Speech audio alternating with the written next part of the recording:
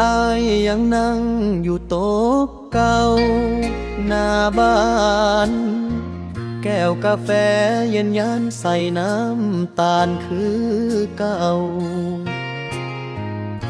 แต่บ่มีเจ้านั่งยิ้ม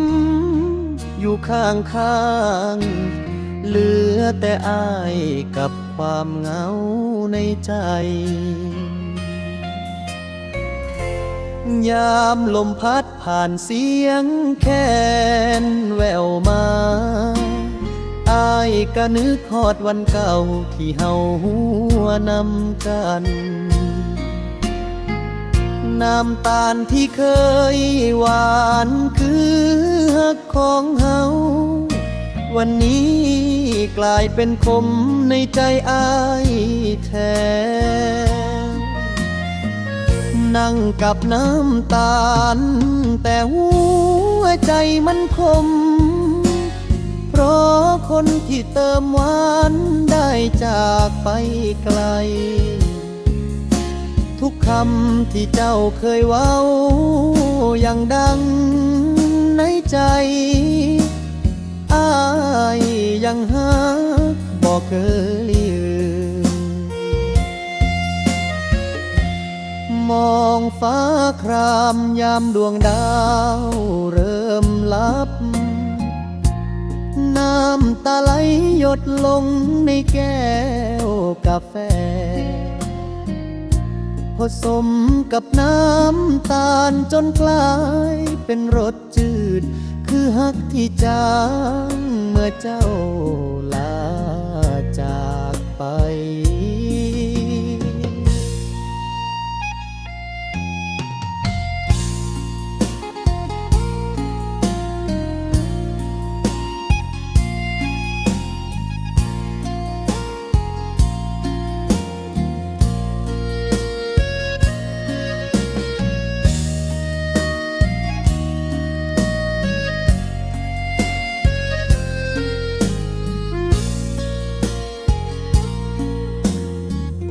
นั่งกับน้ำตา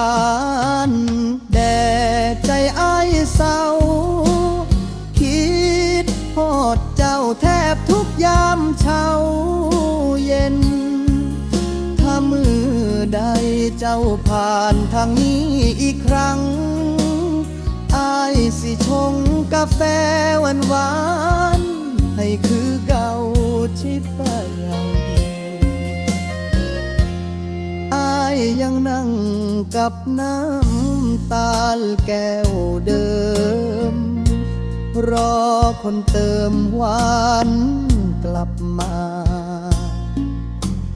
แม้หูว่าเจ้าคงไปไกลแล้